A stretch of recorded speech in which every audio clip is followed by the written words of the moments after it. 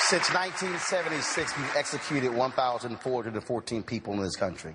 Since 1973, 156 who were convicted have been exonerated from the death row. This gentleman here is one of them. This is Ricky Jackson, wrongfully convicted of murder in 1975. He spent 39 years in prison. He is undecided. Ricky, what's your question? Thank you, Senator. Thank you for taking my question. As stated, I did spend 39 years of my life in prison for a crime, a murder I didn't commit. And it was only through the heroic efforts of the Ohio Innocence Project at the University of Cincinnati that I was ultimately exonerated and am able to stand before you today.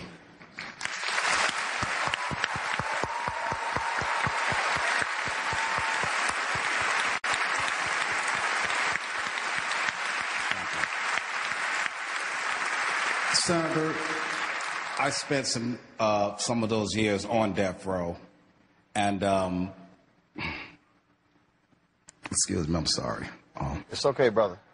I came perilously close to my own execution, and in light of that, what I've just shared with you, and in light of the fact that there are documented cases of innocent people who have been executed in our country, I would like to know, how can you still take your stance on the death penalty in light of what you know right now?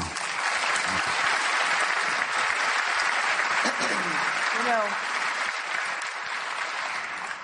this is such a profoundly difficult question, and what I have said and what I continue to believe is that the states have proven themselves incapable of carrying out fair trials that give any defendant all the rights that defendants should have, all the support that the defendant's lawyer should have.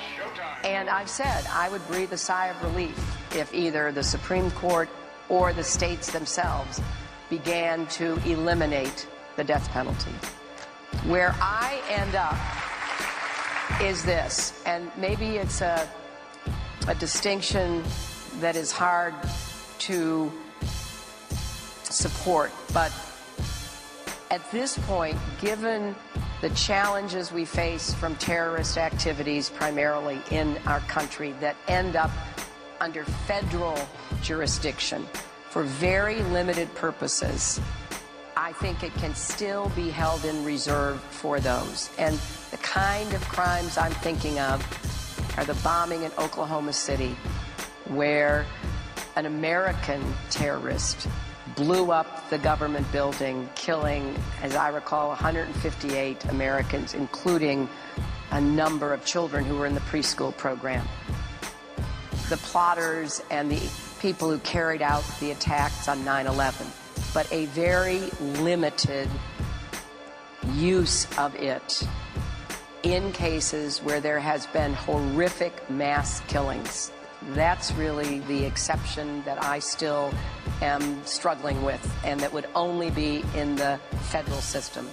But what happened to you was a travesty, and I just can't even imagine what you went through and how terrible those days and nights must have been for all those years. And I know that all of us are so regretful that you or any person has to go through what you did. And I hope that now that you are standing here before us, that you will have whatever path in life you choose going forward, and that you will get the support you deserve to have. I have to ask Ricky, is that answer satisfactory for you? Yes, thank you very much. Thank you, Senator. Thank you, sir. Not just gangs of kids anymore. They are often the kinds of kids that are called super predators. No conscience, no empathy. We can talk about why they ended up that way, but first we have to bring them to heel.